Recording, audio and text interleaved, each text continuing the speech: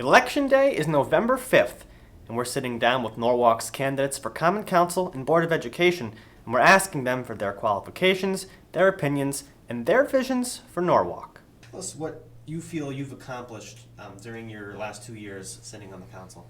Well, I've actually accomplished quite a lot. I think part of the reason I ran initially was to, get some things done. And from where I started to where I wound up, it might not be exactly how I planned, but I did get a lot done.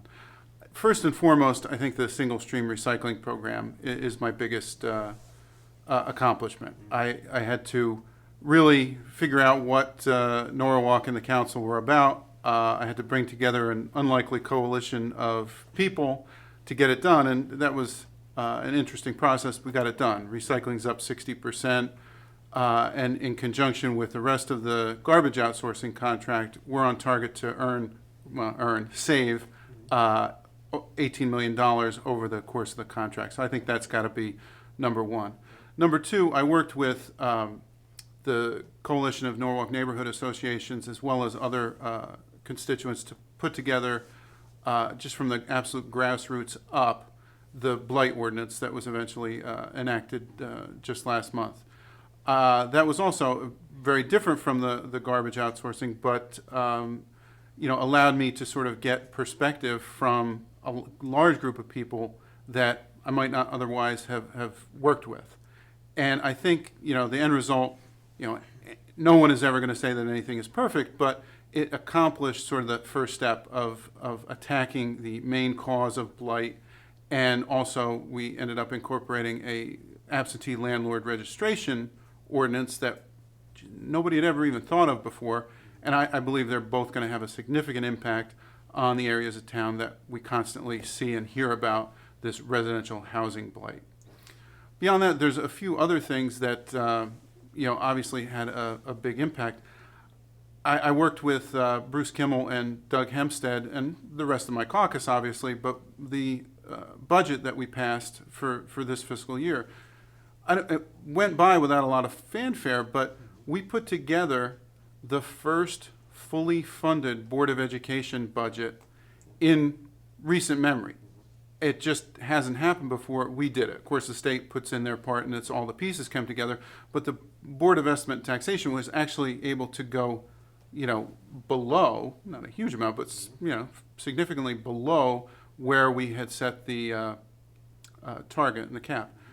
That, again, the ability to bring together, I believe 10 or 11 of the 15 council people voted for that budget cap. So we're talking across party lines, across district lines, everything. To get people to agree to that, I think was a major accomplishment in and of itself. But it does disappoint me that, with no reason given, I believe it was 4 council people who couldn't support that. And I don't really understand that.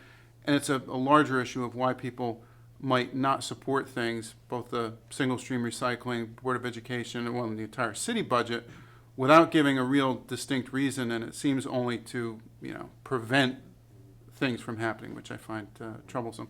I could probably go on for the rest of this interview with accomplishments. There's been things where, people have come in. I've been chairman of Public Works. We had some people come in looking at Calf Pasture Beach Road. We ended up putting Sharrows down there, which was the first in Norwalk, and in fact, the first in most of any of the surrounding towns, a bike lane. Also, Strawberry Hill with the Safe Routes to School project. There were some state-designed bike lanes as well as the repaving the rest of the project, don't get me wrong, but it actually, it got us on the board with respect to that issue. In terms of moving the city forward, what do the top priorities have to be? Is it staying, fiscally safe? Is it moving some stalled developments along? Where do the priorities lie for you? For me, I think because it's really the key to every other issue, maintaining the fiscal integrity of the city always has to be first. The AAA bond rating that we talk about, it's what allows Norwalk to borrow money at an impressively low rate, less than 3% generally, depending on time of year. If that were to go away because of reckless spending or financial mismanagement of any kind, we asked for and received the numbers of what that would cost the city. And just going from AAA down the next lower grade, the spike in interest rates would cause a significant increase in the interest cost to the city that would probably begin what I would call, excuse the term, but a death spiral. Because as you now have more interest costs, you have to find that money elsewhere.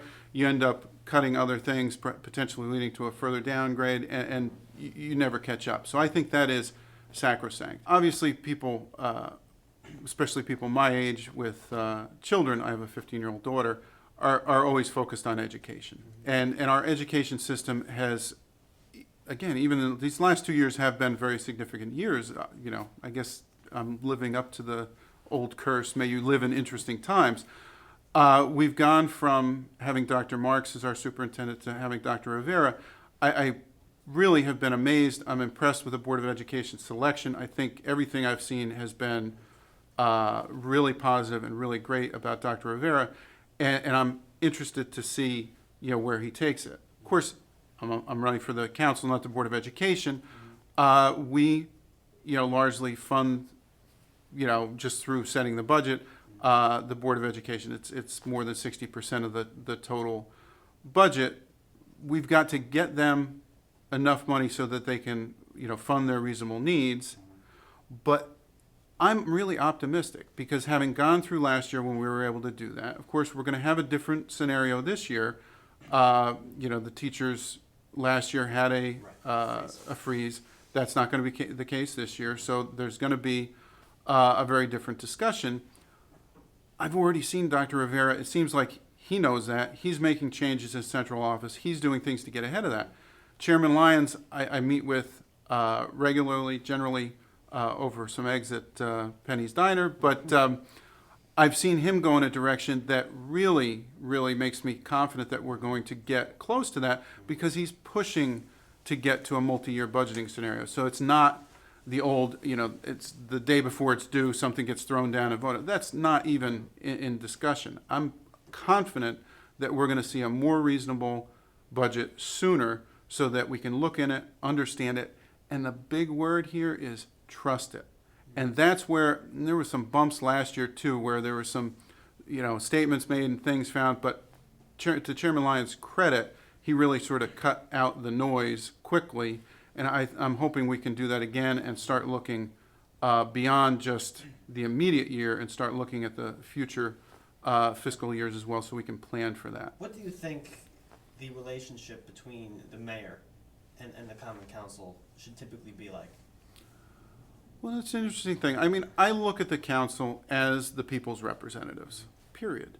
And that's what we're there for. And that's why I like the way the council is made up. 5 at-large people, they've got to win. They've got to win across the entire city, a difficult thing to do. In-district people like myself, we bring and represent the people of our respective areas. Very different where I live to where, Doug Hempstead lives and so forth. And we obviously want to represent all the people of the city of Norwalk and do the best we can for the city of Norwalk. But I think the fact that we do bring, our neighborhood's interests to the council is a good thing. The mayor, again, is obviously representing the whole city. He is the leader. And I think the council it's a check valve, if I had to describe it. And that's exactly how it's set up. Some people say, strong council, weak mayor. I don't think that's really an accurate way, but the mayor does set the course, and then the council, is there to sort of advise and consent. And if we, don't vote to approve something, well, the mayor has to, go back to the drawing board. And I think that there has to be a very reasonable, cordial, working, and I use that word working a lot, relationship with between the mayor and the council, and that's why I have little patience for council people who are there to grandstand and not understand the issue at hand, not work to get to a solution, but just show up and either vote because they've been told to vote a certain way by a party committee or something like that. That to me is just not a way I would ever work.